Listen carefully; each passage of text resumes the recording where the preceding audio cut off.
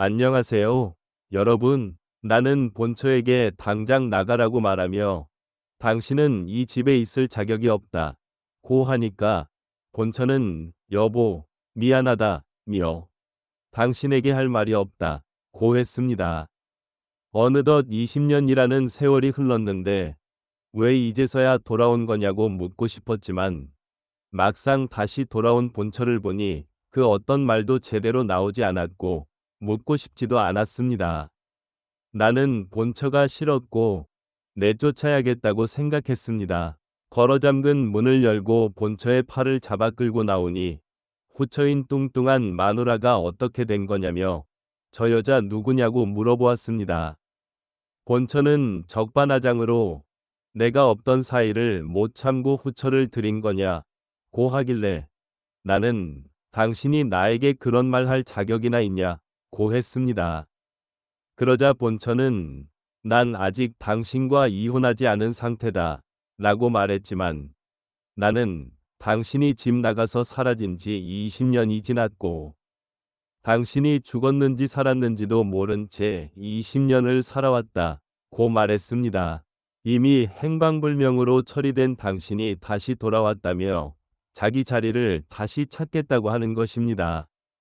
그 모습을 옆에서 지켜본 뚱뚱한 후처가 본처에게 이미 남편이 싫다고 집 나간 지 20년이나 됐으면서 무슨 염치로 다시 온 거냐 고 하며 자기는 이 사람과 이미 혼인한 아내 라고 말했습니다.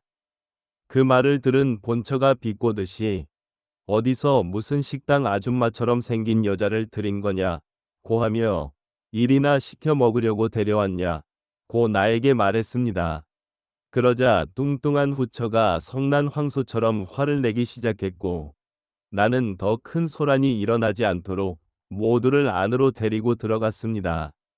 나를 가운데 두고 본처와 후처는 서로 신경전을 벌였고 나는 이번에는 좋게 본처에게 당신이 그동안 어떻게 살았는지 솔직히 이제는 관심도 없고 알고 싶지도 않다 고 말했습니다. 보다시피 나는 이미 새 장가를 들었고 옆에 있는 사람이 내 아내라고 말하자 뚱뚱한 후처가 맞다는 표정으로 고개를 끄덕였습니다. 그 모습을 본 본처는 웃기지 말라 며 당신은 저런 여자를 싫어하지 않냐 고 했습니다. 나 같은 여자를 좋아하지 않았냐고 했지만 나는 그게 지금 와서 무슨 소용이냐 며 이제 나이도 한갑인데 라고 말하자 본처는 그래도 나는 당신을 절대 놓아줄 수 없다 고 말했습니다. 그러면서 배고프다며 밥부터 먹자고 말했는데 참 한심스러웠습니다. 이유야 어찌됐든 죽은 줄만 알았던 본처가 배고프다 하니 뚱뚱한 후처가 밥을 차려주었습니다. 그러자 본처는 마치 굶은 사람처럼 개걸스럽게 잘도 먹었습니다. 20년이란 세월이 정말 많이 흘렀다는 생각이 들었습니다.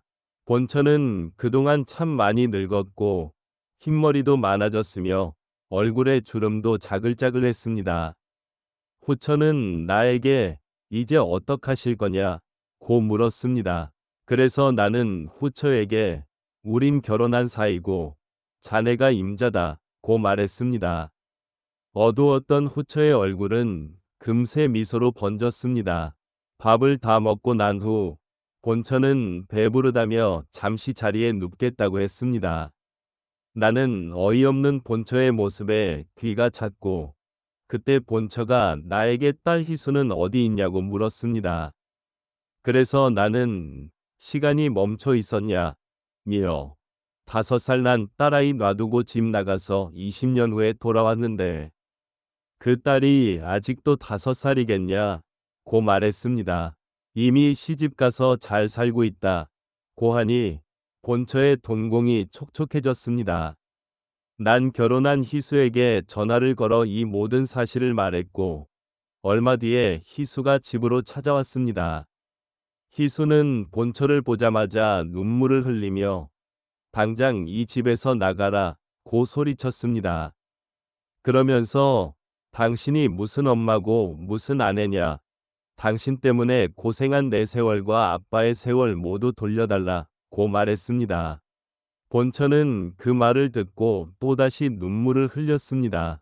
난 이성을 잃은 딸 희수를 말렸고 희수는 나에게 저 여자를 절대 다시 집에 들이지 말라고 말하며 아빠도 새 장가를 갔으니 죄 없는 새엄마는 그럼 뭐가 되냐고 했습니다. 나는 알았다고 했고 희수를 진정시켜서 다시 돌려보냈습니다.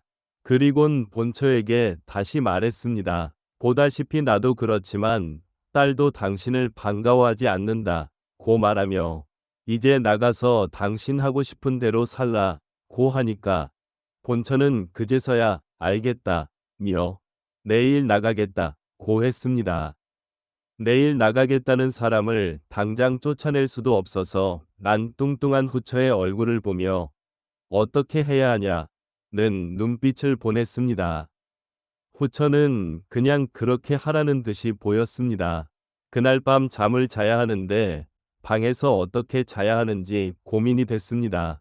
그러자 뚱뚱한 후처가 자기가 오늘 본처와 자겠다며 나에게 안방에서 편안히 자라는 것입니다.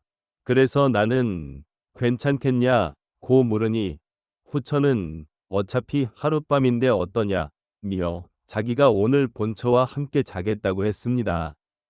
여러분이 지금 듣고 계신 채널은 바람난 사연 채널입니다. 그렇게 알고 난 안방에서 잠이 들었고 아침이 밝았습니다. 어느새 누군가 내 옆에 와서 자고 있었습니다. 나는 옆에 자는 사람을 손으로 감싸 안았는데 그때 갑자기 누군가의 비명소리가 들렸습니다. 눈을 떠보니 후처가 서서 내가 자는 모습을 지켜보며 비명을 지르고 있었고 내 옆에는 본처가 누워 있었습니다. 난 놀라서 본처를 밀어버리니 본처가 왜 그렇게 놀라냐? 당신 마누라는 내가 맞지 않냐고 뻔뻔하게 말했습니다. 후처는 그 모습을 보고 더 이상 참지 못했는지 당장 집에서 나가라며 본처의 팔을 잡아당기기 시작했습니다. 본처는 내가 왜 이 집에서 나가야 되냐고 하며 뚱뚱한 후처에게 네가 나가라고 말했습니다. 난 어이가 없어서 대체 왜 그러냐? 갑자기 20년 만에 나타나서 이게 뭐하는 짓이냐고 물었습니다. 그러자 본처는 이제야 내가 제자리로 돌아온 것이라며 여보, 그동안 잘못한 거 다 잊어주고 남은 여생 행복하게 살자고 했습니다. 난 본처에게 이제는 그게 어려울 것 같다며 보다시피 새 부인을 들이지 않았냐고 말하자 본처는 다시 이혼을 하라고 말했습니다. 난 본처에게 물어봤습니다. 정말 당신이 원하는 게 뭐냐고 물으니 본처는 아무것도 없다. 그냥 나와 함께 살고 싶다고 했습니다. 그러면서 목이 마르다며 자기가 직접 물을 한 잔 따라왔습니다. 본처는 나에게 갈 데도 없다며 예전처럼 이 집에서 살자고 했습니다. 난 너무나 어려워서 고민을 하고 있으니 본처는 그제서야 그럼 딱 한 달만 같이 살고 나가겠다고 했습니다. 난 어찌할 바를 몰랐습니다. 그렇다고 본처를 마냥 내쫓을 수도 없었습니다. 그래서 뚱뚱한 후처에게 양해를 구하기로 했는데 후처는 어떻게 그럴 수 있냐? 자기는 절대 그럴 수 없다고 말했습니다.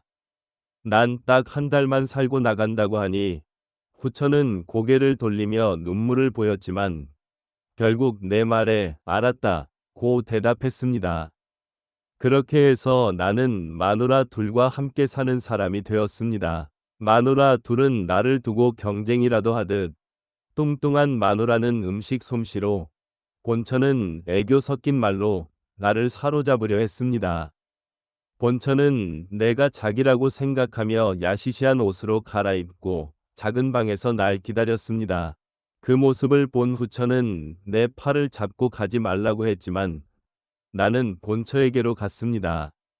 후처는 통곡을 시작했습니다. 난 미안한 마음이 들어 다시 후처에게 갔지만 본처가 내 팔을 잡았습니다. 난 본처의 팔을 뿌리치고 후처는 통곡을 멈추고 본처에게 시미를 지으며 문을 걸어 잠갔습니다. 이런 생활을 한 지 어느덧 한 달이 다 되어갔습니다.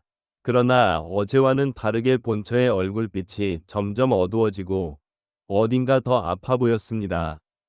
난 어디가 아프냐? 고 물으니 본처는 이제 이 집을 나가겠다며 한 달 동안 살면서 행복했다 고 했습니다.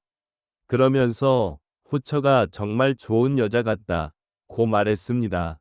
본처는 내가 떠나고 나서 행복하게 살라 고 하며 또다시 떠났습니다. 난가는 본처를 잡고 싶었지만 후처가 내 팔을 잡으며 말렸습니다. 본처는 떠났고 그 뒤로 다시 본처를 볼 수 없었습니다. 얼마 뒤 본처가 꿈에 나타났는데 하얀 옷을 입고 행복한 표정으로 꽃밭에서 놀고 있었습니다. 그게 아마 본처가 죽은 것이 아닐까 하는 생각이 들었습니다. 그 이후로 나는 후처와 지금까지도 행복하게 살아가고 있습니다. 이야기를 들어주셔서 감사합니다.